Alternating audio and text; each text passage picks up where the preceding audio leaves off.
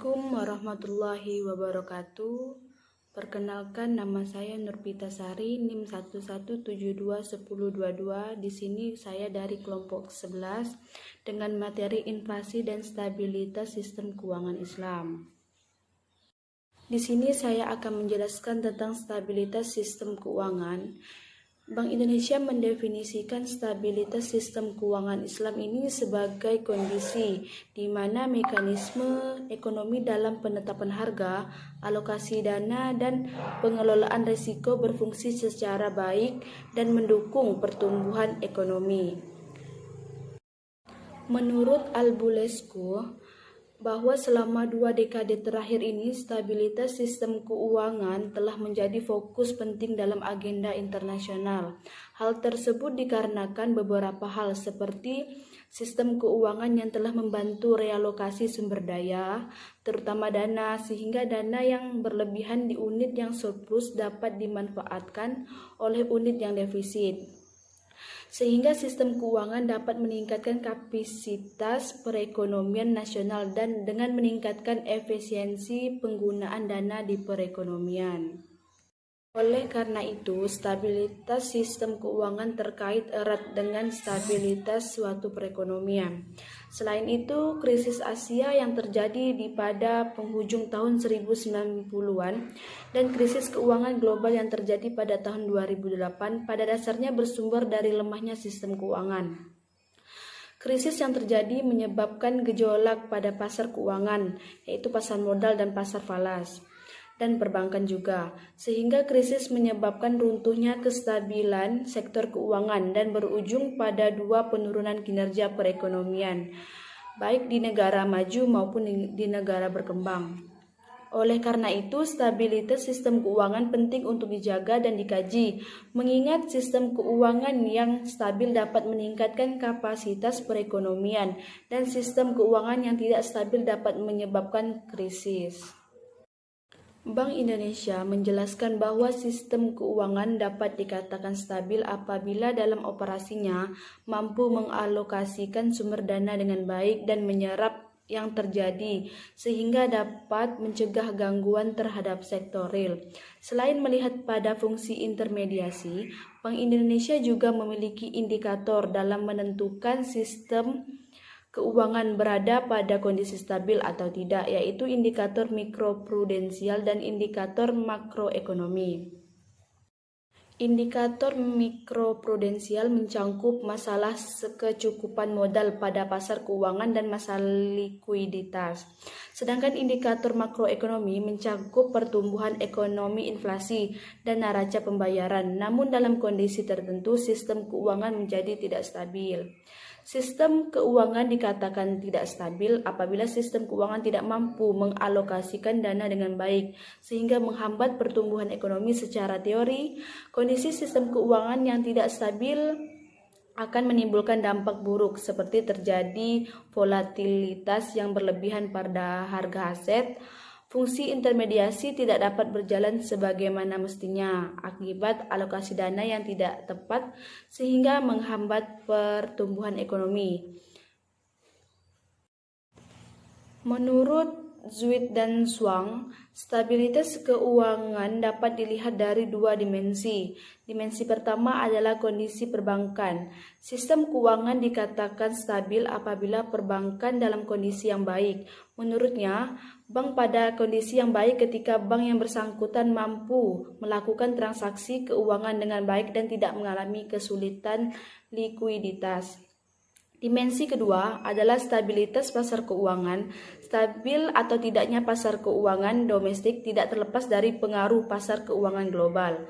Arus modal keluar akan terjadi apabila pasar keuangan domestik tidak memberikan keuntungan yang lebih besar dari keuntungan di pasar keuangan global. Jika dana yang dikeluarkan dari pasar keuangan domestik sangat besar jumlahnya, maka hal tersebut akan berpengaruh kestabilan pasar keuangan domestik. Terganggunya stabilitas pasar keuangannya disebabkan oleh capital flight memiliki risiko sistematik yang dapat mempengaruhi stabilitas sistem keuangan. Dalam konteks stabilitas keuangan, perlu diperjelas lembaga keuangan yang berpengaruh secara signifikan terhadap sistem keuangan secara keseluruhan, agar diperoleh kesamaan persepsi di semua lembaga yang terkait. Dalam praktiknya, memang belum terdapat suatu rumusan standar mengenai masalah ini. Komponen yang kedua adalah stabilitas pasar.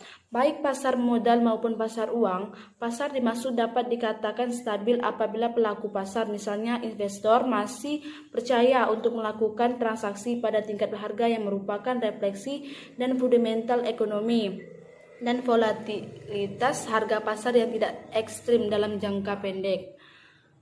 Kondisi yang tidak stabil tersebut perlu diwaspadai mengingat dalam kondisi terjadinya krisis keuangan, maka kondisi tersebut dapat berdampak kepada yang pertama menurunnya tingkat kepercayaan masyarakat, yang kedua fungsi intermediasi menjadi tidak efektif mengingat suku bunga bank menjadi tidak realistis.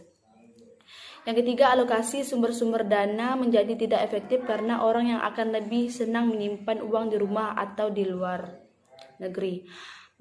Keempat, biaya yang relatif besar untuk menyelamatkan lembaga keuangan atau bank yang memiliki dampak sistematik terhadap perekonomian. Yang kelima, kebijakan moneter tidak dapat diterapkan dengan baik. Dalam hubungan ini, dapat dijelaskan bahwa selama ini sebenarnya tugas menjaga kestabilan sektor keuangan sudah secara langsung menjadi satu dalam tugas bank sentral. Baik, sekian materi yang dapat saya jelaskan tentang stabilitas sistem keuangan. Materi selanjutnya akan dijelaskan oleh rekan sekelompok saya. Assalamualaikum warahmatullahi wabarakatuh. Saya Aulia Oktasya Wandita akan melanjutkan presentasi dari rekan saya sebelumnya. Materi yang akan saya sampaikan yaitu instabilisasi pada sistem keuangan Islam kontemporer. Sistem keuangan Islam kontemporer masih menggunakan uang fiat konvensional dan masih menerapkan fractional reserve banking system.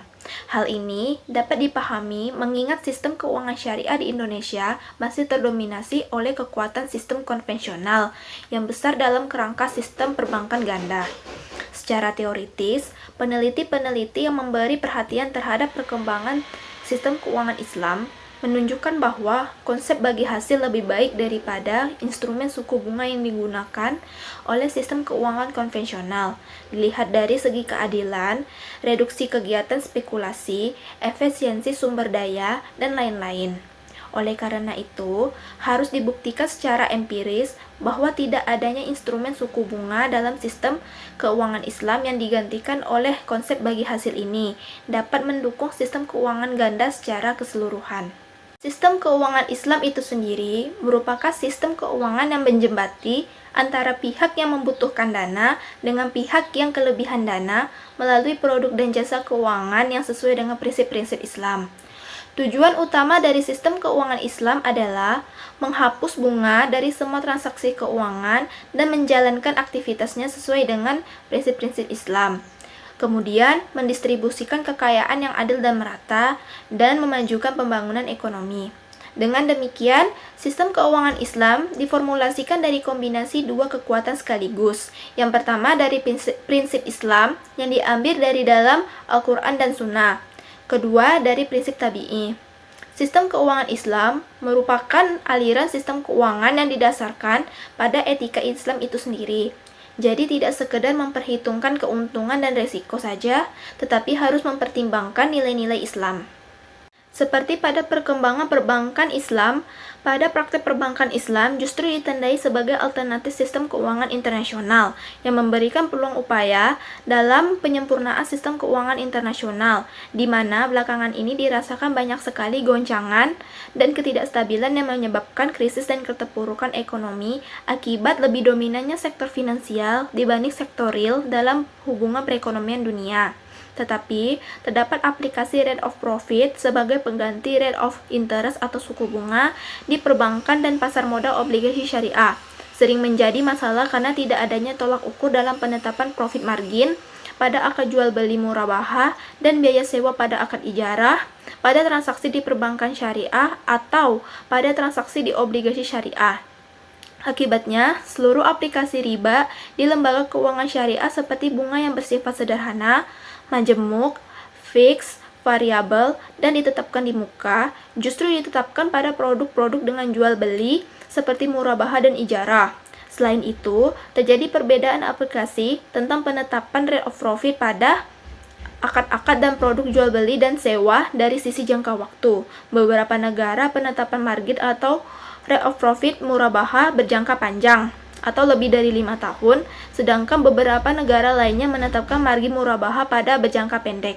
Penentuan rate of profit pada produk pembiayaan dan obligasi syariah merupakan kunci bagi terciptanya keadilan dan stabilitas ekonomi dalam pendapatan investasi dan kesejahteraan masyarakat dalam bentuk ringannya biaya usaha jika dibandingkan dengan menggunakan sistem bunga atau rate of interest. Tidak seperti pada sistem bunga di perbankan konvensional, rate of profit nasabah dengan sistem bagi hasil di bank syariah dan pasar modal obligasi syariah seharusnya berpedoman pada rate of profit atau keuntungan di sektor real.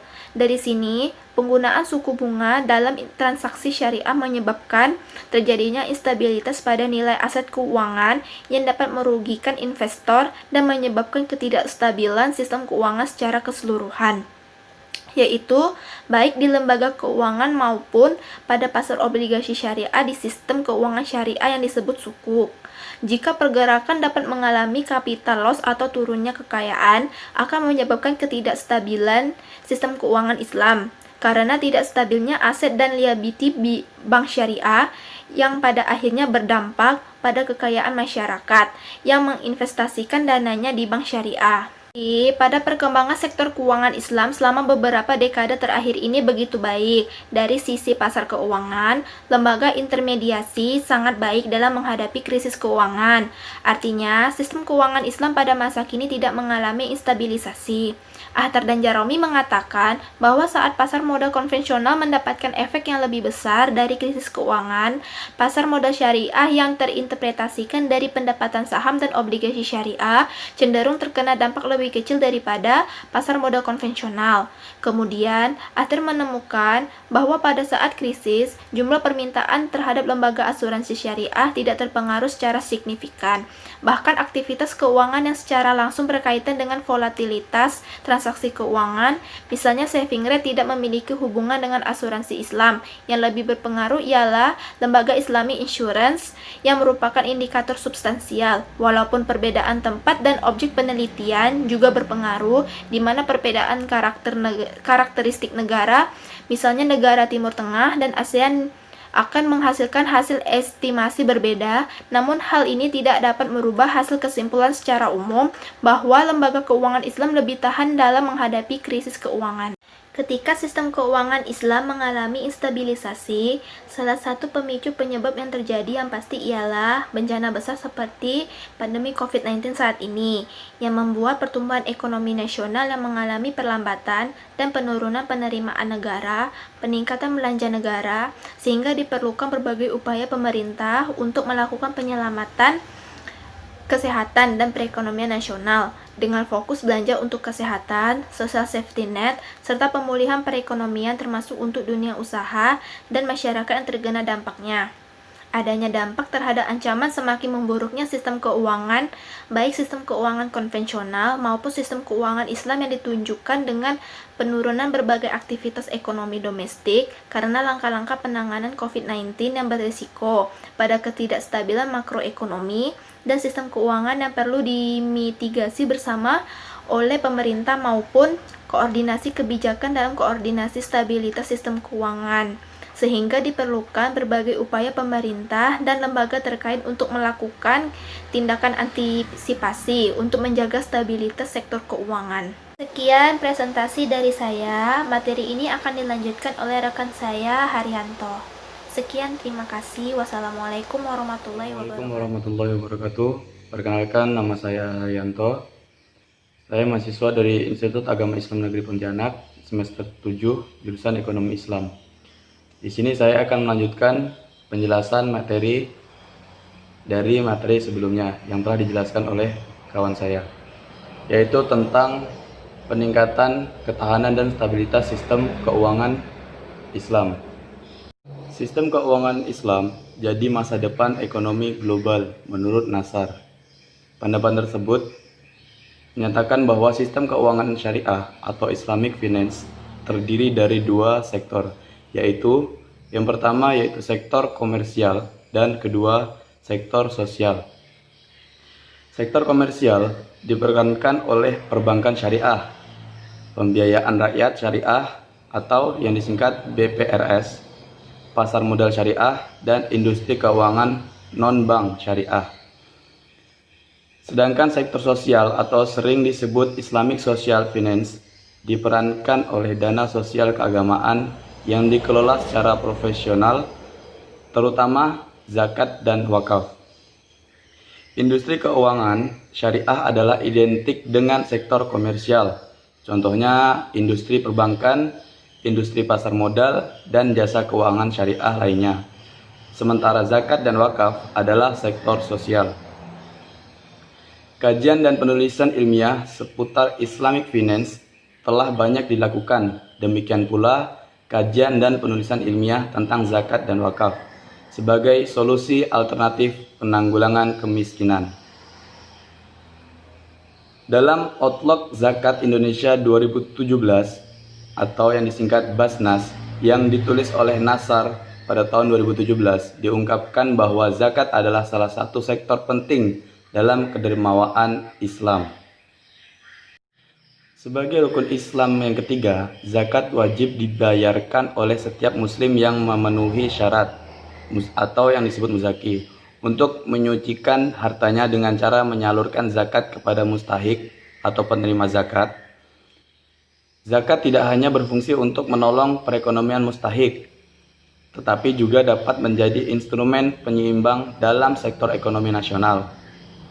Dalam jangka panjang, tujuan utama dari zakat adalah mentransformasi para mustahik menjadi muzaki. Jadi hal itu menunjukkan bahwa zakat berpotensi untuk mengatasi kesenjangan ekonomi dan kemiskinan di suatu negara. Satu kemajuan yang mengembirakan bahwa potensi pemanfaatan zakat dan wakaf sebagai sektor sosial keuangan syariah yang dikelola oleh Badan Amil Zakat Nasional atau Basnas dan Lembaga Amil Zakat atau LAZ, serta potensi pemanfaatan aset wakaf telah mendapat rekognisi dari penentu kebijakan perencanaan pembangunan nasional. Hal tersebut tercermin dari Master Plan Arsitektur Keuangan Syariah Indonesia yang diluncurkan pada tahun 2015. Kontribusi zakat dan wakaf yang sangat dominan dalam arsitektur keuangan syariah, yaitu diasumsikan menyambung 70% atau sekitar 509,6 triliun, juga disampaikan oleh Menteri Perencanaan Pembangunan Nasional atau kepada Bappenas Bambang Bojonegoro dalam acara World Zakat Forum International Conference 2017 di Jakarta. Pembentukan Komite Nasional Keuangan Syariah atau KNKS yang telah diluncurkan pada tanggal 27 Juli 2017 diharapkan semakin mempercepat atau memperluas dan memajukan pengembangan keuangan syariah dalam rangka mendukung pembangunan ekonomi nasional. Peran sektor sosial dalam sistem keuangan syariah menjadi salah satu instrumen alternatif untuk mengatasi ketimpangan dan kemiskinan. Dari sisi pengumpulan, zakat yang dihimpun oleh badan atau lembaga akan terus meningkat seiring dengan literasi zakat dan kesadaran beragama semakin baik. Sementara dari sisi penyaluran, dibutuhkan kemampuan dalam mengembangkan konsep pengulangan kemiskinan dan merealisasikannya di antara praktis. Sejauh ini, pemanfaatan dana zakat telah memberi kontribusi sebagai sumber dana pembangunan infrastruktur sosial. Infrastruktur sosial yang dimaksud adalah rumah ibadah atau masjid, musola, sarana kesehatan, dan sarana pendidikan. Ketersediaan infrastruktur sosial harus senantiasa menjadi perhatian para pegiat filantropi Islam karena terkait dengan ketahanan hidup manusia dan membebaskan masyarakat dari faktor penyebab kemiskinan. Hal ini sejalan dengan kerangka konseptual zakat yang harus digunakan untuk meningkatkan taraf hidup fakir miskin. Menurut Profesor T.M. Hasbi Ash-Siddiqi pada tahun 1969 dalam Nasar 2017 menyatakan bahwa untuk mencapai tujuan yang dimaksud, dana zakat dapat digunakan untuk membuka lapangan kerja baru dengan tujuan menampung fakir miskin dan pengangguran untuk memperoleh pekerjaan. Zakat dapat juga digunakan untuk membuka kursus-kursus latihan kerja dan keterampilan bagi fakir miskin agar kesejahteraannya dapat meningkat. Dengan cara demikian, secara berangsur-angsur jumlah fakir miskin dapat dikurangi. Strategi pelayanan lembaga pengelolaan zakat terhadap mustahik tidak sama dengan pelayanan terhadap muzaki yang kepentingannya hanya satu, yaitu membayar zakat. Sedangkan pelayanan mustahik membutuhkan empati, kepekaan, kesabaran, serta tanggung jawab moral untuk membantu perbaikan nasib mereka. Salah satu tantangan bagi para pengelola zakat dan pegiat kedermawanan Islam adalah memastikan pencapaian tujuan pengelolaan zakat dan mengukur indeks zakat nasional dalam penanggulangan kemiskinan. Penyaluran zakat tetap harus memperhatikan secara realistis perimbangan antara pola penyaluran konsumtif untuk karitas dan produktif untuk memberdayakan ekonomi dengan memperhatikan tingkat kedalaman dan keparahan kemiskinan di suatu wilayah. Penyaluran zakat yang bersifat konsumtif tidak akan mengentaskan kemiskinan. Tak mungkin hari ini diberi zakat, bulan depan menjadi sejahtera. Persoalan ini harus dilihat dari sudut pandang yang lain, yaitu menyelamatkan hidup orang miskin, menyelamatkan akidah kaum duafa, menyelamatkan hidup orang miskin, menyelamatkan kaum duafa, menyelamatkan orang miskin dari jeratan rentenir, dan mencegah mereka dari putus asa. Kita semua bisa membayangkan risiko sosial yang tumbuh andaikan semua lembaga zakat menghentikan layanan penyaluran zakat yang bersifat konsumtif. Seandainya seluruh dana zakat itu disalurkan kepada program ekonomi produktif, dikhawatirkan banyak mustahik yang terabaikan untuk memenuhi kebutuhan dasar yang mendesak. Dari uraian di atas tadi, saya ingin menyampaikan bahwa sistem keuangan Islam merupakan salah satu instrumen yang digunakan untuk mengatur aturan-aturan ekonomi Islam.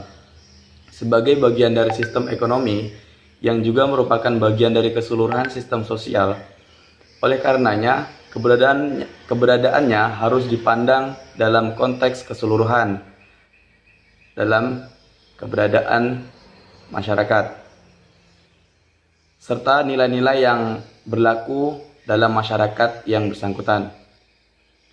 Terdapat 5 langkah dalam mempercepat perkembangan sistem keuangan Islam, baik secara nasional maupun internasional. Yang pertama,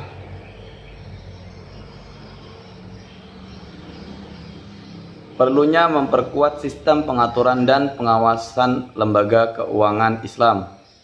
Kedua, perlunya koordinasi dan kerjasama instrumen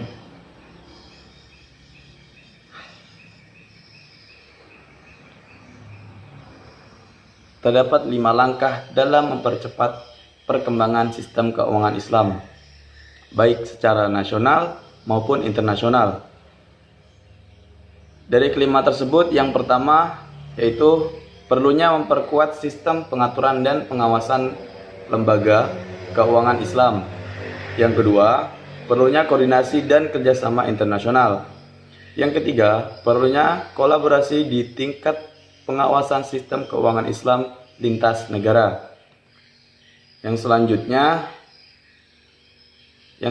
yang keempat, yaitu perlunya model bisnis sistem keuangan Islam khususnya di perbankan syariah dengan memberikan penekanan pada bisnis di sektor real ketimbang pasar keuangan. Yang kelima atau yang terakhir, perlunya penetapan acuan rate of return berdasarkan prinsip Islam yang sesungguhnya.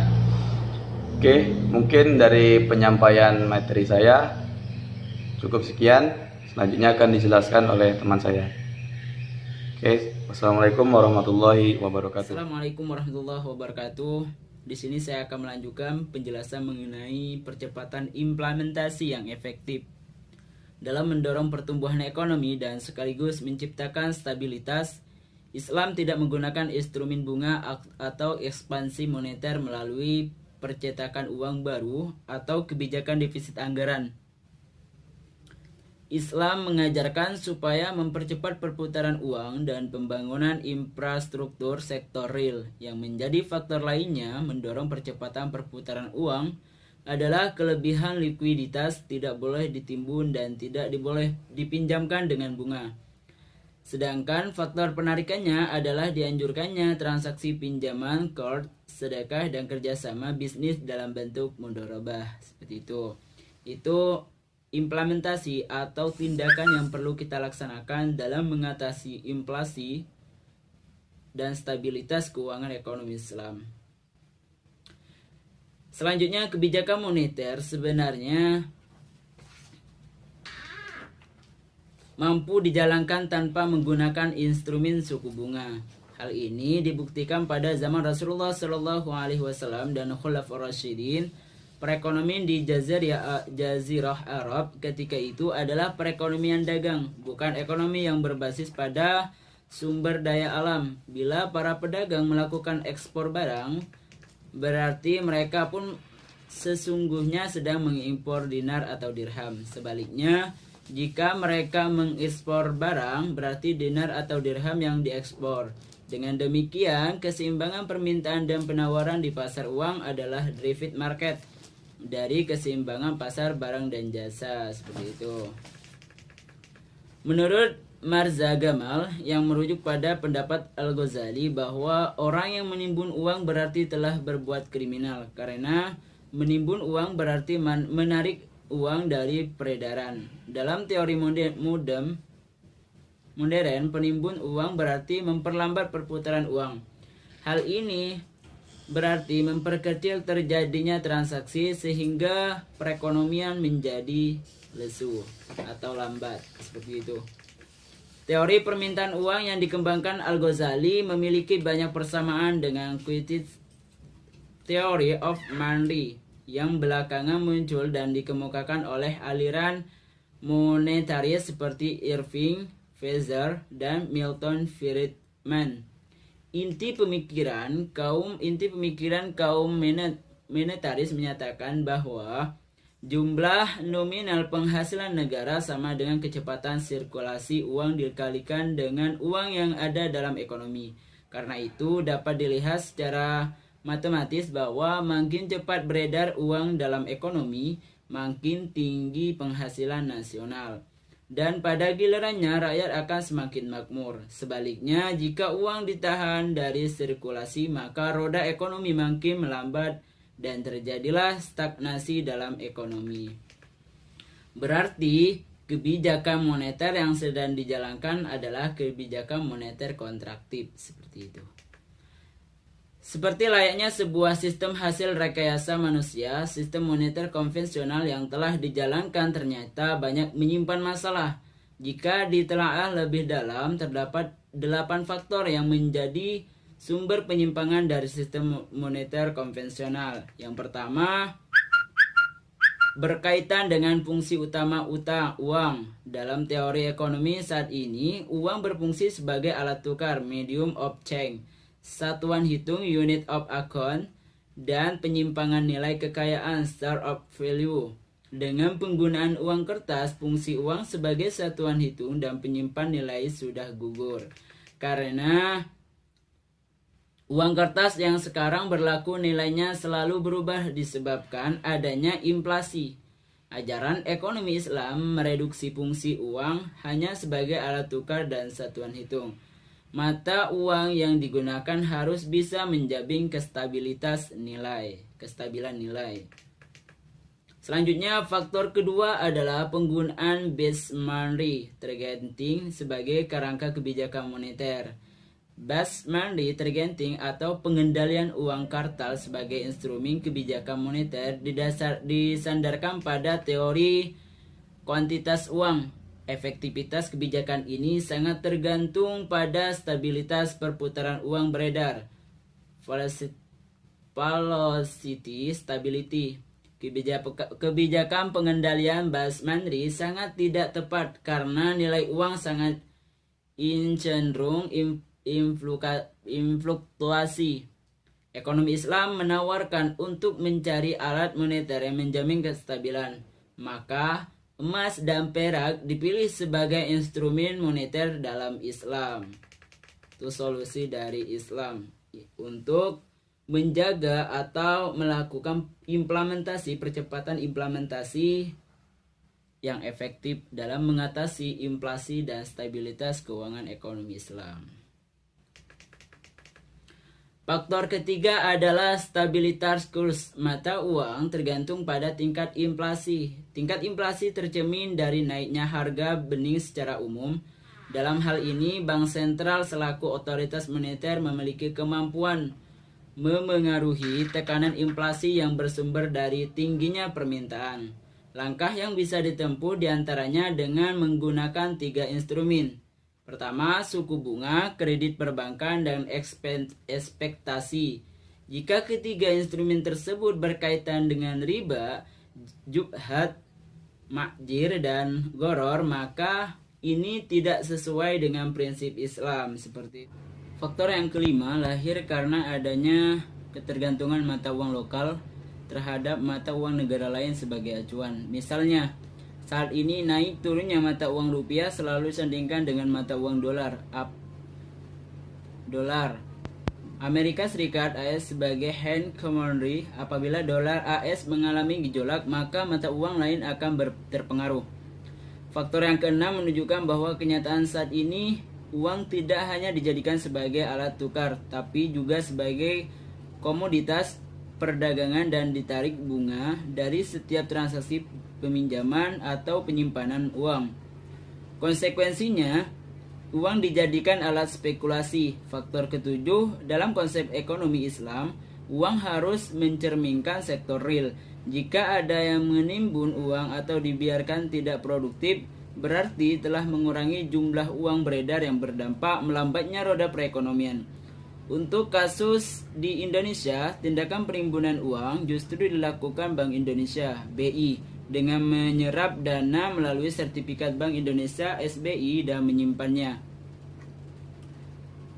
Kemudian, faktor yang terakhir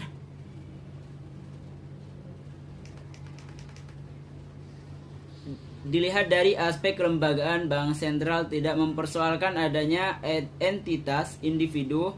Hal ini berbeda dengan ekonomi Islam yang objeknya kepada mukallaf secara individual. Adapun fenomena resesi ekonomi yang sekarang masih dapat dirasakan, sesungguhnya dapat diatasi dengan pendekatan sistem keuangan syariah. Bahrul Ihni mengemukakan bahwa sistem keuangan syariah bisa menjadi solusi atas krisis keuangan global. Ada 2 alasan yang mendasari pendapatnya. Pertama, sistem keuangan syariah hanya membolehkan penyaluran kredit atau pembiayaan bila memang ada aset yang dijadikan dasar transaksi. Alasan kedua, sistem keuangan Islami tidak memperbolehkan adanya instrumen derivatif turunan. Kalaupun diperbolehkan, seperti halnya yang terjadi di Malaysia dan Timur Tengah, hanya untuk upaya melindungi nilai atas risiko nilai tukar dalam transaksi pembiayaan ekspor-impor, bukan untuk mencari untung. Untuk kasus di Indonesia, Dewan Syariah Nasional (DSN) belum mengizinkan transaksi derivatif. Penyebab utama dari krisis keuangan global yaitu salah dalam menyalurkan kredit. Dalam konteks perbankan syariah harus dipastikan bahwa transaksi didasarkan pada aset yang jelas. Islam melarang transaksi pembiayaan yang hanya didasarkan pada sekuritasi tanpa kejelasan aset, sehingga bila debitur mengalami gagal bayar, bank tidak menderita resiko besar karena transaksi didasarkan pada aset yang ada dan bisa dijual sebagai pelunasan kewajiban. Adi Warman menambahkan satu alasan lagi bahwa dalam sistem moneter Islam transaksi falas dibatasi hanya dalam bentuk spot. Prinsip ini mencegah perdagangan uang yang akan memicu spekulasi.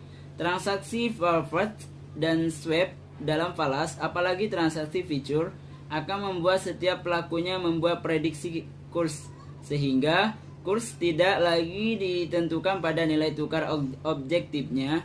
Tidak adanya pembatasan hedging untuk kebutuhan transaksi real mendorong volume hedging jauh lebih besar dari kebutuhan sebenarnya. Perdagangan instrumen telah mengubah tujuan awalnya untuk melindungi dari gejolak kurs menjadi tujuan mengambil keuntungan dari gejolak kurs. Inflasi dalam sistem moneter konvensional berupa uang fiat, suku bunga, fractional reserve, dan exchange rate menyumbang 81,4%. Inflasi di Indonesia menatiknya bila instrumen tersebut diganti dengan determinan inflasi dalam sistem moneter Islam berupa profit and loss sharing (PLS), return penawaran uang (money supply), dan single global summary. Total hanya menyumbang inflasi sebesar 50,1%. Penerapan PLS return untuk mengganti interest rate akan mengurangi tingkat inflasi sebesar 51,8%. Sementara bila exchange rate diganti dengan single global core rates, maka akan mengurangi inflasi sebesar 22,9%. Dengan demikian, solusi jangka pendek yang mesti dilakukan adalah memperbesar pembiayaan berbasis bagi hasil di lembaga keuangan syariah. Sementara dalam jangka panjang, otoritas moneter disarankan melakukan peralihan instrumen moneter dari interest rates ke PLS return based. Hal yang penting juga dipikirkan yaitu upaya mereformasi sistem mata uang yang dijalankan saat ini. Uang fiat terbukti berdampak pada instabilitas nilai tukar yang kemudian menciptakan masalah inflasi. Hal yang penting juga dipikirkan yaitu upaya reformasi sistem mata uang yang dijalankan saat ini. Uang fiat terbukti berdampak pada instabilitas nilai tukar. Itu penyampaian dan penjelasan mengenai percepatan implementasi yang efektif, cara mengatasi inflasi dan stabilitas keuangan ekonomi syariah.